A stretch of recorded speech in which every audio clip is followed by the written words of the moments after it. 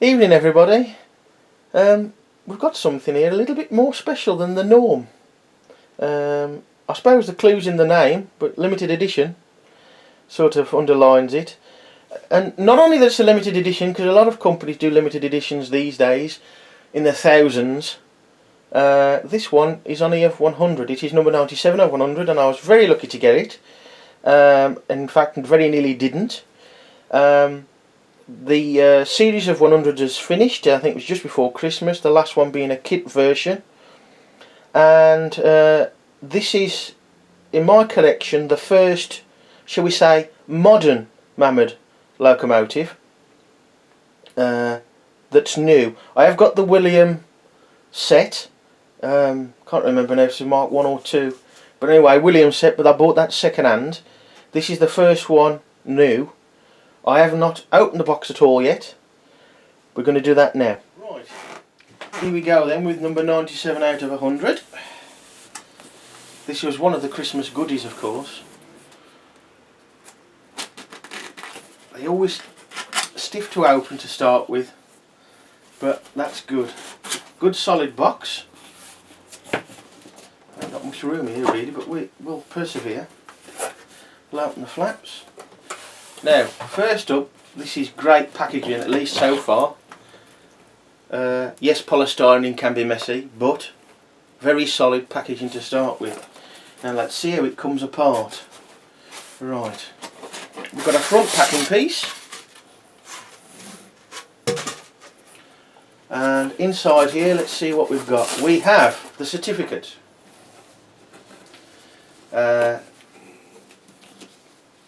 Queen's Diamond Jubilee Locomotive, limited edition of 100, manufactured by Mamod Limited, signed by,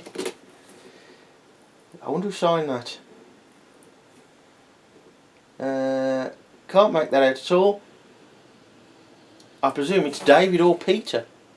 But anyway, there is number 97 out of 100. The limited edition doesn't really bother me that much to say, oh wow, it's a limited edition. That goes for anything. But of course, if it is a limited edition, you have to hurry up to get one, because it's easier to buy new than it is second hand for some items. Not all, of course.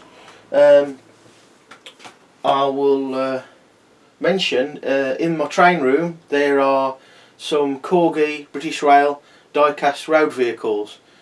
And I think they made either 5,000 or 10,000 of the sets, Morris commercial van and a Bedford OB lorry. That's not a limited edition, so they are pretty easy to come by. Nice, but not that limited. What else have we got then? So, Mamod, operating instructions for the oscillating Mark II locomotive and limited edition locomotive. Pretty much usual handwritten and some line drawing instructions. Now, this is nice to see, this little bit here. It may not be everything you want to see, but if you want to get into a bit more technical stuff about the models, we've got a technical specification. I'll just read it off, I won't go through all the instructions.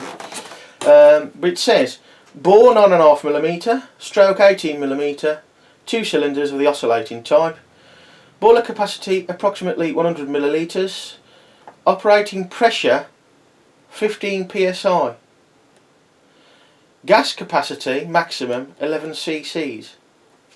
Now that operating pressure 15 psi seems a little bit odd to me. I inquired about this with the William. It being gas fired, one assumes, and I think correctly so, that it's a silver soldered boiler and therefore a 40 psi maximum operating pressure. It doesn't say maximum there, it just says operating pressure, so I'm guessing that's a minimum. If Mamod watched this, if they could clarify that, unless we find out as we go. So that's the operating instructions. As is the norm now, you get a similar looking leaflet, but this is the certificate, and as you can probably read that there, confirms that all Mamod engines are tested to twice their operating pressure. So, in the case of an ordinary, say, oscillating cylinder traction engine, you're looking at normal operating pressure 15 to 20 psi, so you're looking at 30 to 40 psi test. with a 40 psi silver soldered boilers, you're looking at 80. There's a bit more basic instructions inside relating to filling up of the water and the sight glasses. There's plenty more paperwork in this one. Let's have a look. Let's see what we've got. We have the pretty much now standard leaflet. I think probably most people have seen these, showing various selections of models and bits of models, bit of history of the steam engine and Mamod, and then we have a larger, almost pull-out size poster. That's quite nice, that is. Be nice to get one without the creases in. I said Mamod, it'd be nice to get one without the creases in. And lastly, we've got an important notice about the gas control. Not having it too high, and essentially a small blue flame is about best, or a little bit higher. That's in my experience anyway. I think that's all for the paperwork. We've now got the box itself. Now the rear packing seems to be stuck together with the main moulding, so we'll try and get this out without any disastrous consequences, and so you can see the model. There we are, the funnel's just fallen out. There's the packing. Great packing, really is great packing. Solid, can hardly move in there. Yes, we know about polystyrene getting everywhere, but I'd rather have that than the model rattling around in a box and getting... So here we are. I'm holding the box up like this, purely to stop the funnel that keeps falling out onto the floor, to give it in place. But anyway, we'll go through the contents of the main part of the box and the packaging. There's the funnel, standard funnel of course. I don't use a lot these days, purely because it's easier with syringes. However, I used to use one, and I've still got it because it's got a melted end to it. I used to use it as an exhaust on my SP1, which was quite fun. Made it, well, for want of a better word, bark a little bit. So, you'll notice there's no transfers on the tanks. This is all I do like. I've mentioned it in one of the rolling stock videos. It's so the owner has the choice of whether they want to put them on or not, or do their own thing, which is good. It saves the factory some time, and you can please yourself what you want to do. Now here we are, here we have the, you can't call them transfers really, can you? They're quite nice, and that's very nicely done. That is really nicely done. Well finished, lovely curve to it as well to match the tanks. As you can see, Queen's Diamond Jubilee 52 to 2012 Mamod limited edition. Of course these Queen's celebrations, weddings, I don't think they've done a funeral yet mind, are somewhat of a Mamod tradition, going back to, oh well, I think the Prince of Wales and the Princess of Wales locos. So anyway, there are the embellishments, how about that for a word, for the side tanks, which I actually probably will put on. Well, they're quite nice, I must admit they're quite nice. What else then? We have, it's like loading a shotgun here with these two. We've got lubrication oil, that's your lighter stuff for things like crank pins, axle bearings, and there's your steam compound oil for your cylinders. Again, standard stuff really. You tend to only get the lighter stuff with the oscillator, say traction engines, and you get the other stuff with the say sleeve valve, for example. So, how do we get it out of the box? Oh, hang on a minute, oh, I forgot something. Try and get this out without the engine falling out. There you are. The adapter for the top of your gas aerosol tanks.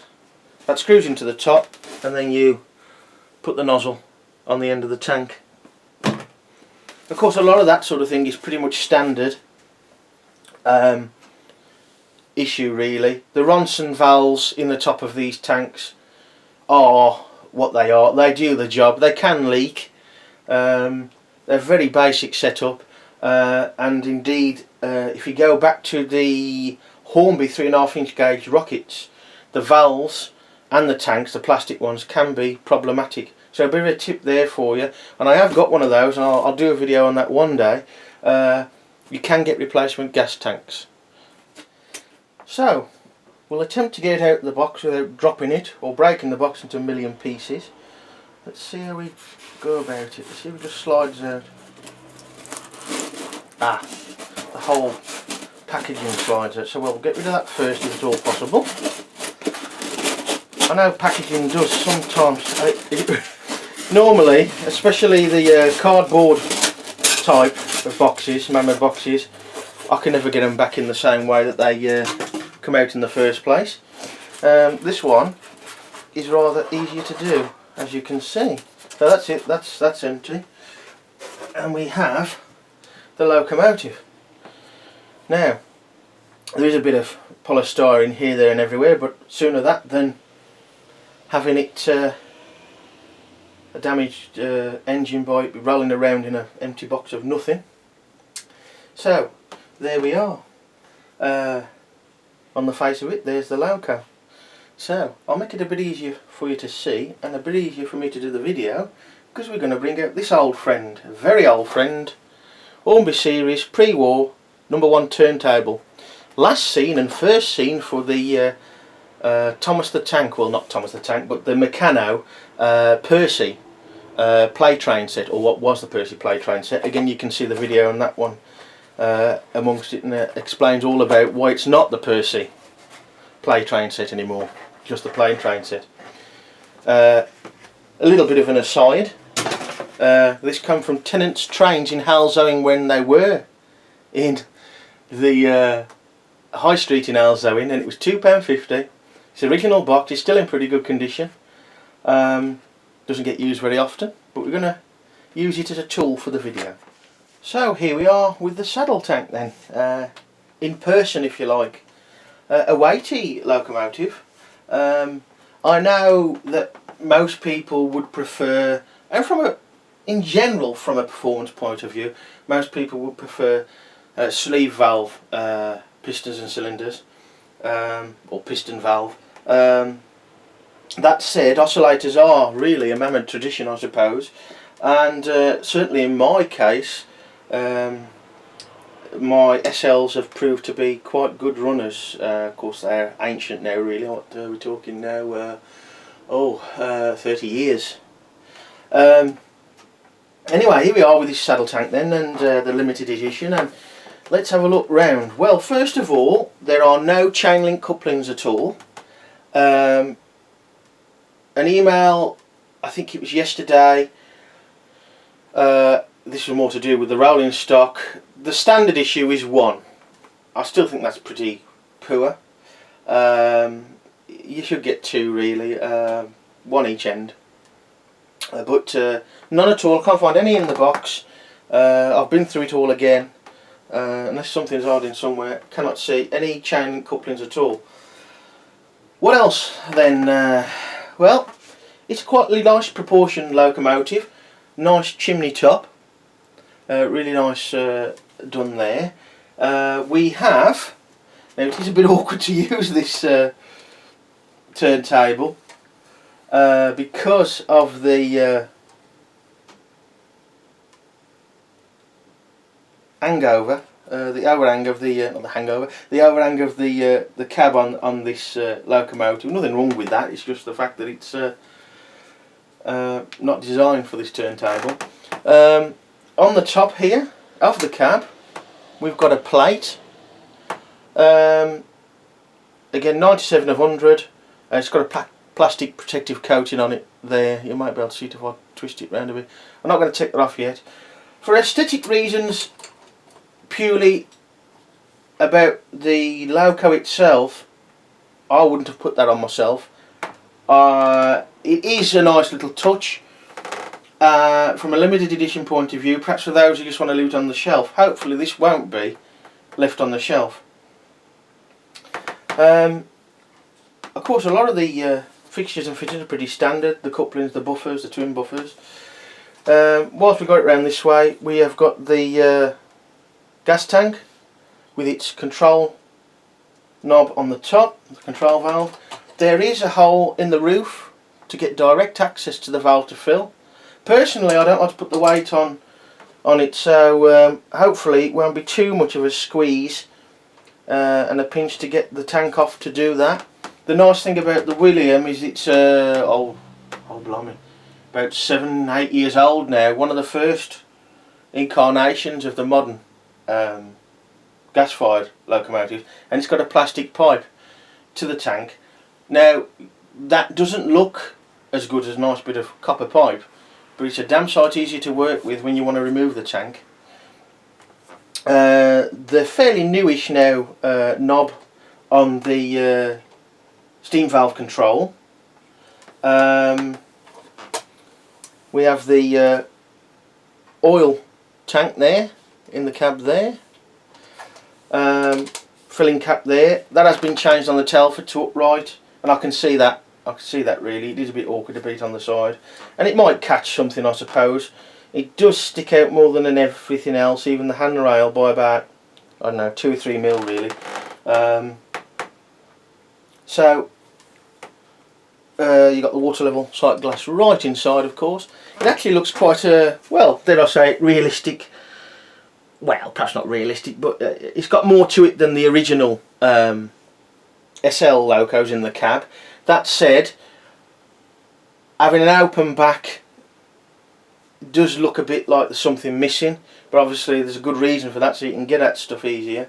Of course, on the original there was no need. Once you got it going, just keep an eye on the sight glass through the little wee spy hole in the back plate. So we've got the steam dome, which I don't know whether that's a dummy or does provide extra space for the steam.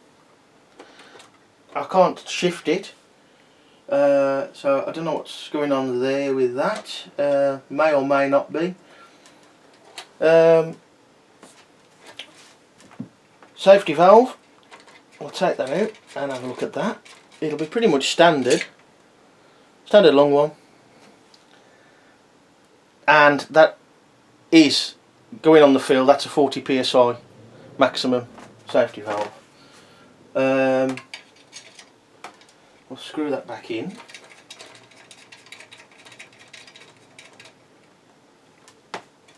Right, I mean we've got the cylinders there, for cylinders. The reversing lever at the front there. Let's see if it'll spin round without catching anything. Just. Here we've got the reversing lever there. That's nicely stiff. The Mamod headboard on the boiler, if you like, on the smoke box. Now, okay, now let's have a look underneath, and there we can see the burner, the block, which is very similar, if not the same, apart from the fact that it's only a reverser now, not a regulator as well. That's very similar to the SLs, of course. We've got the burner all there, wheels and pistons, still the odd bit of polystyrene about, and of course on this model, which the Williams doesn't have, we've got these sides just above the frames to help protect the paint, shield the flame as well, because there's one thing about the more simple engines, the SLs being a prime example as standard anyway, they are quite affected by wind more than anything. Yes, they're not full on by any means, especially the SLs, full on garden railway locos, especially as they're solid fuel, at least originally. So the wind can affect them something rotten. Now, with that on there, that's going to be an improvement to stop at least some of the wind and any flaring of the flame and that sort of thing. I dare say there will be some. You're not going to stop it all, because otherwise the flame wouldn't breathe and then it wouldn't light, would it? So there we go. I don't know what weight the Loco is. It's probably about the same as a traction. It might be a bit less than a traction engine. Of course, there's no fuel. There's no water. Now we'll blow off a bit of polystyrene when we see it. Let's have a good look round. Now, to me, it looks like the saddle tank fits slightly lower at the front than the back. Therefore, there is a little bit of gap between the tank and the cab in there, where the cab and the tank meet. Now it's either that or the cab is slightly tilted back. That's not brilliant on quite an expensive model. Looking at the top, let's have a look at the top. It is quite a sweet looking Loco, but you can see there, hopefully, try and get to focus. That's what I mean there, just between below the spectacle plate, just below there's a gap there, more so than at the bottom. If you look at the top, the tank, where are we there? You see the tank? Of course it's only a shroud, it's only a dummy tank, but the shroud, as you can see there, is not central with the boiler fittings there, or the boiler isn't central with the shroud, who knows. So we look to the other side now. Hard to see, but in the gap there you can see there's paint missing, where it's more or less on the cab, just there, paint missing there, a little bit there. So we've got the shroud, or should we say the tank. I'm looking at it now, trying to make out which is which really.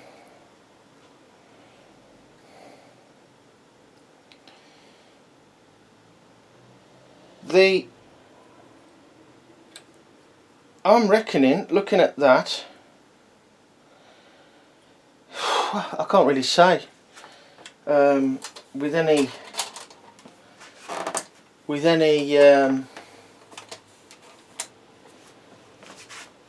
real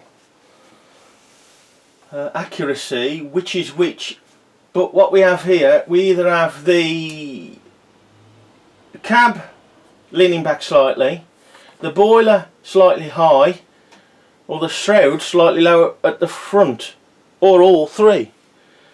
It's hard to say. Certainly there seems to be more of a gap between the chassis here, or the top of the frames if you want to call it that, and the shroud there.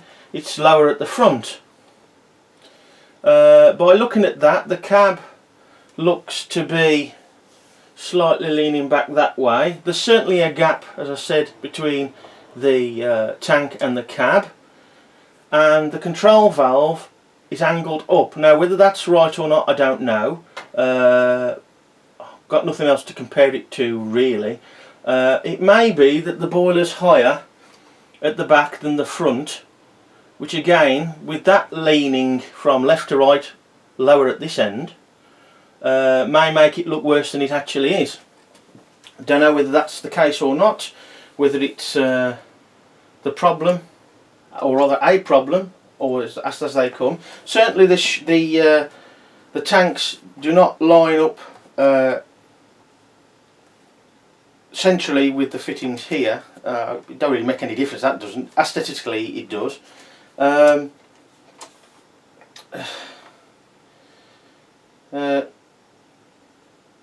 it's one or the other, but certainly the cab and the tanks don't seem to align quite correctly there. Overall, apart from of course a few fingerprints now on it, the paint, apart from that one bit missing on the body, looks pristine, to be honest, except for that one mark between the tank and the cab. Yeah, that's okay there. So paint looks pretty good. Got to be careful, because obviously I don't want to say there's a problem with the paint and there isn't, due to say a bit of polystyrene stuck somewhere that looks like a scratch, which there is some polystyrene still here and there. The cab roof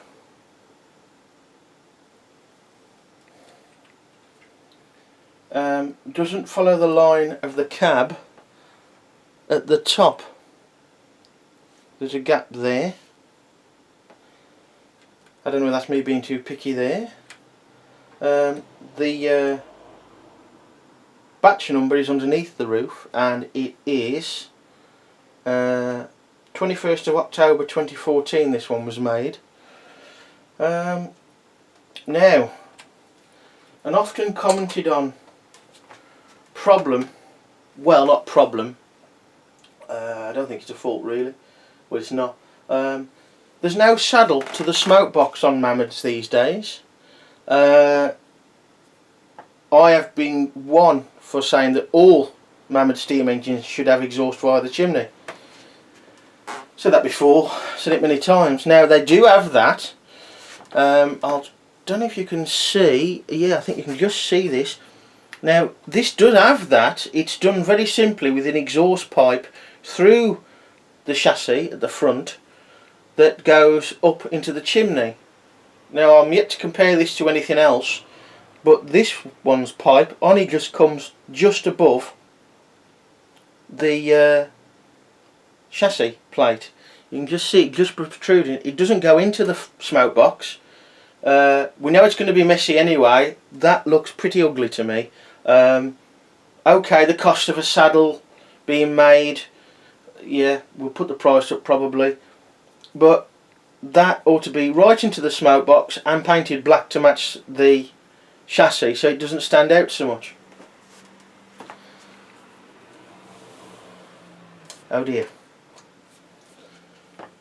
Now this is not good.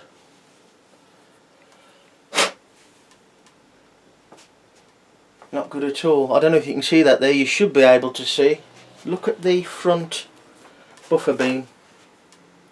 We've got paint missing on the corners there and there. And that's starting to rust a little bit there and there. Now that should be a quick fix. Just take the buffers off and put a new beam on it. But unless that's happened in the box, that is pretty poor. Of course, by the time you see this video, Mamod would have been contacted and hopefully a reply. But let's have a look in the box, see if there's any sign of the flaky bits of paint or powder coating, whatever it is. And here we are. Here's the box. Here's the box there. That's where the loco was sitting. You can see where the oily marks are there. And there is no sign of any paint there, any flakes of paint. So who knows? I'll say it anyway. Was that like it when it was put in the box? Don't know. It may have been, it may not have been. I can't say really, can I? I wasn't the one to put it together. So that's not good. On a 300 quid these are, I think, 299. I know the limited edition bit puts something on top of the value, which is understandable, but attention to detail is paramount. Attention to getting it right first time is really paramount. I think Honda have a phrase, right first time, and for my sins I drive a Land Rover and they don't know of that motto at all. I still wouldn't be driving anything else, but it's possible I've bought my last Land Rover because I've been messed about. Now, get it right first time. If there's a problem, why isn't it being picked up? I can see that there's some issues relating to the alignment of the cab and saddle tank, just with a casual look at it. It's not a major issue, but it's not good on a quite expensive product. But the real problem, two maybe, the exhaust at the bottom there, I'm not sure that's right at all. The William doesn't have exhaust via chimney, but these here, these two corners where they have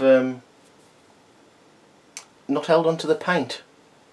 Don't know. Of course, it's a limited edition, and when there's the last one, you know, it's gone, isn't it? But a bit, shall we say, miffed that this is the case. Not wanting to sort of end on a negative, shall we say. Let's try and be positive. Overall, cute, lovely looking locomotive, and certainly should be a lot more powerful than an SL. It deserves to be, being gas fired, and a 40 psi boiler, maximum anyway, by the looks of it. We got the it may not be a very complicated lubricating system, but we have got some in the form of the tank. So again, that's better than nothing. But the rear buffer beams, you know, it looks fine. So overall, pretty miffed really. Let's have a look down the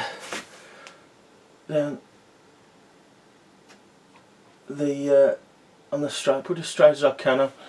I'll look down the boiler.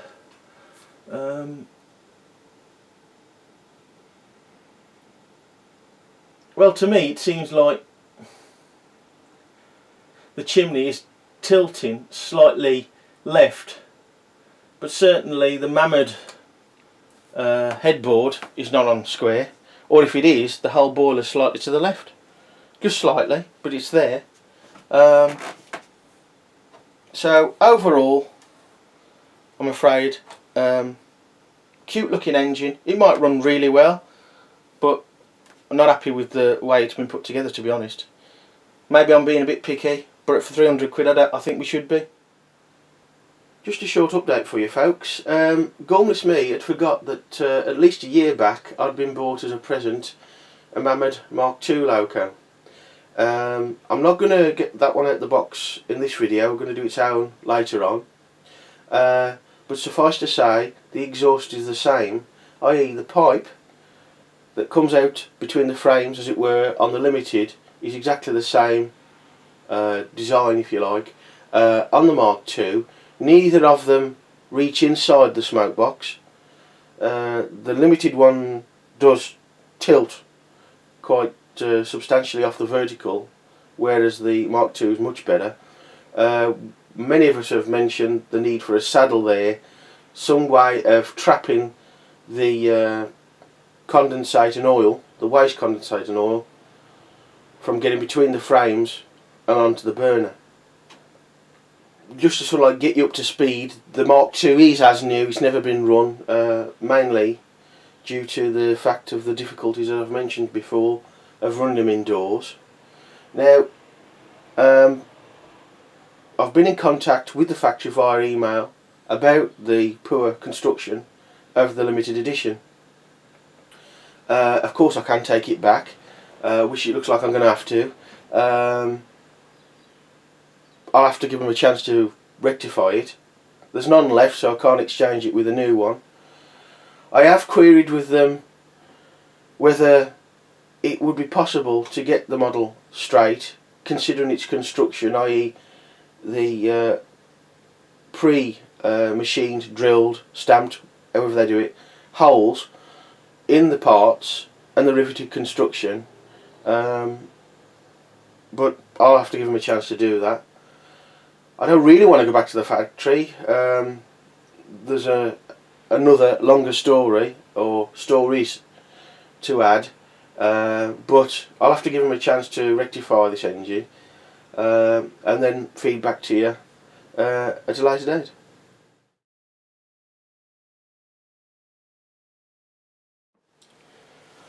So then folks, all that was about a week ago, just over a week ago, and I returned home with the Loco from the Mamod factory just a couple of hours ago today. Now, I'll state this now so I don't forget. It goes without saying that I was going to have a look at the model, inspect it while I was there. However, I've done this before, a quick sort of look inside the box, and then found a problem or two later on, so I decided not to look at it really, put it back in the box. I brought it home, we're going to have a look at it now. I haven't took it out of the box myself.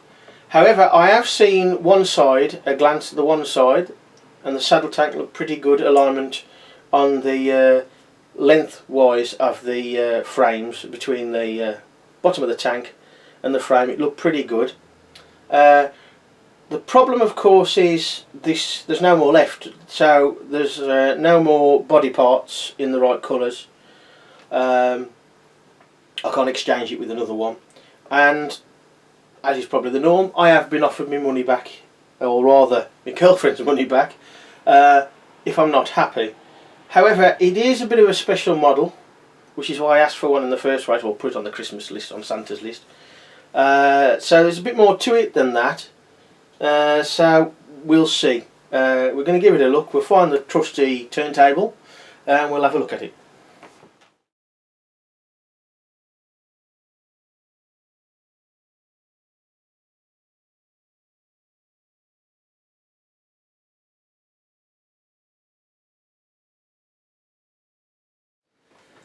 So, not hanging about, let's open the box. As before, got paperwork somewhere. I'll take out the packaging, and I'll take it easy, make sure we've got the right way around.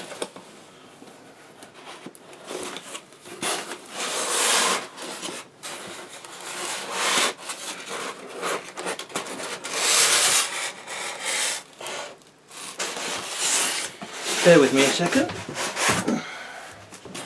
Obviously the paperwork as before and the empty box, I'll get rid of that. Find our friend the turntable. I should really dig out a number 2, that would be a lot easier to operate with these Locos that are not really made for it. So, right, I've got to get out the box. And get it out with the least amount of polystyrene we have.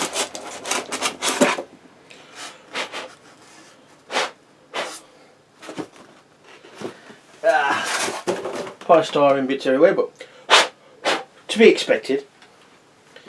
Right, here we go. And here we are. I must say it's bloody cold. It is. The temperature's dropped a bit the last couple of hours. But of course it is winter, it is January.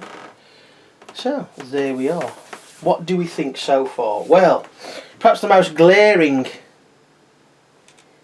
issue that was obvious to see was the buffer beam paint, and there we can see it's, well, perfect.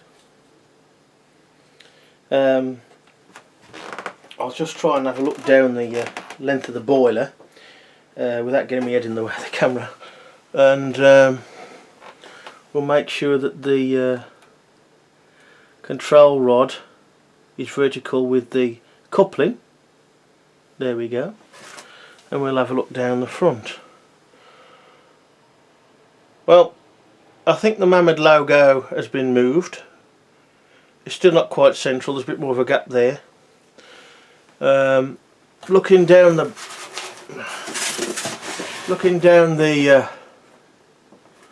the line of the engine, it is certainly straighter with the funnel. Looks in line with the, I believe, dummy safety valve. Oh, while I remember, folks, I stumbled across a video of one of these, a second-hand one though, of Chris Cairns, which many of you might know the chap. Does some good stuff, and it was a great runner.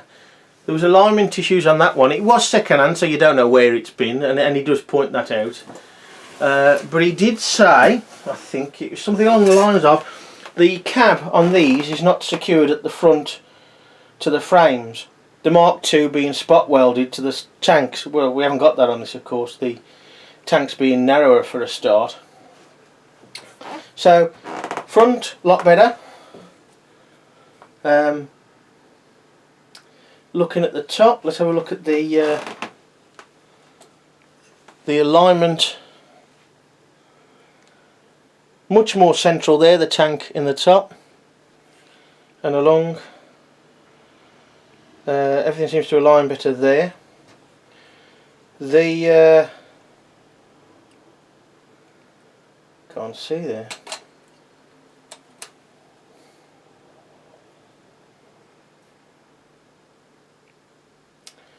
I don't know what that is inside the. I don't know if I can get this to focus this close, but there's something there. Looks like glue. I don't know what it is. We'll have a look at that inside the edge. I need some. Yeah, I've got a cotton bud.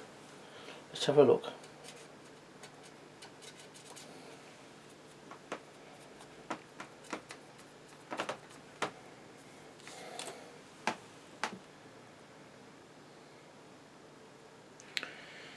Yeah,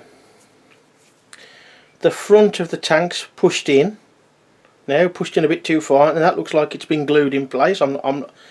There's something rough there or sticky on there, or the paint's cracked. That looks further pushed in there. Same the other side. I hadn't noticed this, but I took this down to show my nephews, one of which who is well into well, Mamod really. He ain't long started in the hobby, and he noticed, or one of them noticed, that these stuck out a little bit more here. Now these have been put back in and are pretty good there, but they look like they've been forced a little bit there, and I'm not sure that's a glue of some description just under the tank there, or I don't think it's polish. It might be polish. I'll have to get something on that, some water and something, see what happens. Right, so apart from, at the front anyway, apart from the headboard being still slightly skewy, whether or not it's been moved or not, I don't know really. I don't know if you could get that off without it causing more damage, but certainly the front buffer beam is lovely now. The boiler alignment, or the chimney alignment, or whether it was the tank alignment making it look worse than it was, whatever, that's a lot straighter. In fact, it looks pretty damn straight. I can't really say anything bad against that now.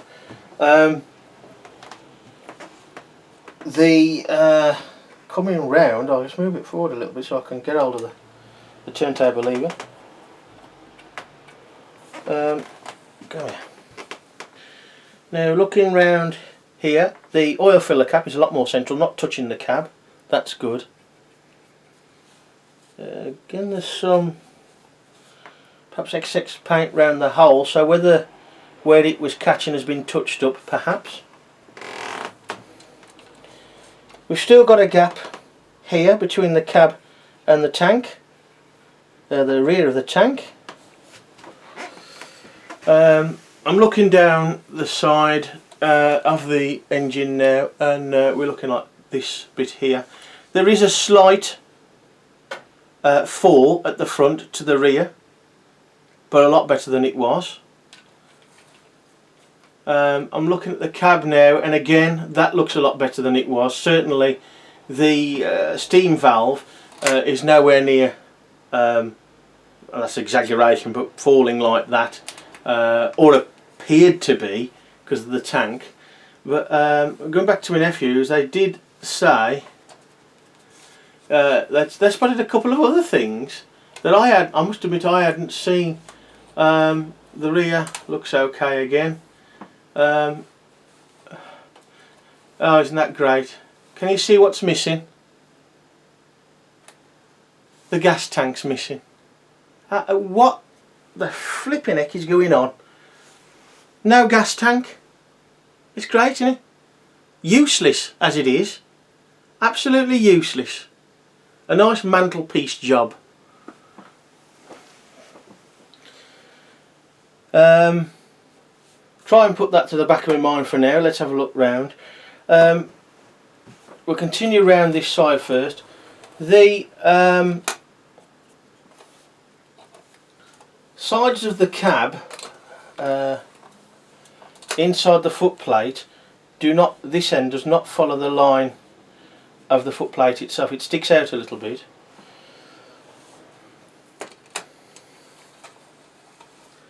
The gap between the cab roof and the cab itself has been virtually ridden of, got shut off there. But I showed my nephews and they pointed out more or less what I've seen. I never said anything, I just said have a look at that, see what you think. And they pointed out, but they also pointed out that these cab sides here, or top of the cab sides, were a bit skewy in the alignment. They were sort of like, it is a little bit now, it's closer to the edge of the front of the roof, this end, than it is at the back. And the other sides, it's actually worse than the first side I showed you there. So is that the fact that the roof is not got the holes in the right place? Don't know, but it is better than it was. And this is my gripe. It is better. The cab does lean back a little bit, but this is my gripe. Things can, you know, you can't see the wood for the trees sometimes. Probably several engines. No gas tank. How does it get past? Can somebody just say, have a look at this, make sure everything's there? I know people can make mistakes, we all do, but after the fun I've had since, and my girlfriend has had since, I don't know, I think it was about middle towards the end of November last year, 2014, and then I end up taking things back because there's a problem with it. It seems to be more the case. I know some things are very expensive to make better, without going into too much details, and too much details of what my girlfriend had to go through. And I've been through it at the factory a bit, and I've been through it with emails. Right? What? How can you miss? Obviously you can, because it is. No gas tank? Well, get this folks, I'm almost speechless. So much so, and this was probably the case before, and some of you may be surprised, I do like, or rather did like, to support Mamod by buying the models, the ones I like, trying to get them all, but that is pathetic. Yes, it is an improvement. Yes, there's still some alignment issue with the cab. There looks like there's a scratching. So now I tell a lie. It's something. It's a bit of hair or something. Okay, so that was always there before. So that wasn't an issue really. Fair enough. There's no scratches on it. I think there's a few fingerprints on it, which is probably mine mostly. But no gas tank. Oh, I've calmed down a bit now.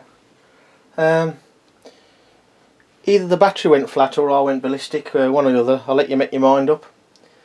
You know, I wonder if there's somebody working for Willesco in the factory that's, you know, as a spy and trying to ruin things. Oh, I do say that tongue in cheek, but it makes you think. It's 13.5 miles there, 13.5 miles back, and 13.5 miles to go and get this fixed again. Fixed. The parts that are missing put in. I mean, how the hell can you miss a tank? I know I've made some soft mistakes in my time, but this takes the cake sometimes, honest. Well, I hope we don't take all the cake, because I like cake. I'm trying to be jovial about it, people, but I've had enough. Anyway, I was saying, I'd already made my mind up, really. I did want to get one of all the models they made now and work backwards, it being a bit easier. But again, as I say, I really had already made my mind up, especially with the shall we say fun my girlfriend had sort of last about the third week in November last year, which is a shame, because I had some nice projects using Meccano that were starting to come to, well, not completion, but progress quite well, which would have entailed the use of 3, possibly 4 Showman specials with a couple of mods such as different colours and the exhaust fit into the chimney and whatever else, you know. A good guesstimate of 3 is something in the region of 1,500 quid. That's not going to happen. It's rather unfortunate, to be honest, because it's a lot better. The tank does lean back. I don't know if there's a little bit of paint missing there. Yeah, it looks like it. But, you know, how can you miss the gas tank? I mean, I'll say one thing for it. It'll never wear out like that. So, there's been no coupling supplied. Bearing in mind I was missing the one that's supposed to get out of one of the wagons. There's been no mention of that. Perhaps that's got lost in all the emails, I suppose, if I'm trying to be nice about it. But there you go, folks. It's a sweet looking engine. How that got past, I don't know, at least 2 people, if not 3. No gas tank. Amazing. Needless to say, if I haven't said it already, that's it, I think, for me. I can't say I'll never ever ever buy any more new Mamods from the factory direct, or even indeed any new Mamods from elsewhere. I would like to support them, but I've had enough. There's far too many issues, which entails me going back to the factory to get it sorted at the moment. And whilst 1 or 2 of them are a lot of money to sort out, simple things are making sure the gas tank's on, making sure there's some packaging around some of the stuff, making sure the models are complete, i.e. the lack of couplings. It's pathetic, to be honest. I don't know what to say. So folks, let's end on a bit of a positive. On the way back from the factory, I paid a visit to Lee Hale, the chap who runs Winterbourne House and indeed the steam show there, the Toy Steam and Traditional Toy Show. And he has just acquired a rather lovely looking flat roof 1963 Mamod traction engine TE1. And because of that, he was selling his one that was in slightly less good condition, but all there. And with Christmas monies, I added it to my collection. So there we are. I'm planning to do a bit of a TE traction engine rally, really, and of course I will be able to run them even if only stationary. That's coming quite soon. I also got in the pipeline, there's plenty of models to go. I mean, there's plenty of variations of the same model, whatever. SP5s is one. I'm going to start with an early one, which is 1981 or 2, I think, right up to something from September last year, September 2014. I think that's about right anyway. So I've only ever seen 3 flat roof traction engines. This was the second one, and I've seen Lee's latest acquisition, which is the 3rd one. So I don't mind the fact that it's not mint. In some ways, especially the older ones, I like it if they've been used a little bit, as long as they can still run and they ain't, you know, completely falling apart. So not all bad news today, not all frustration, some of it, but join us next time for something perhaps a little bit different. Bye for now, folks.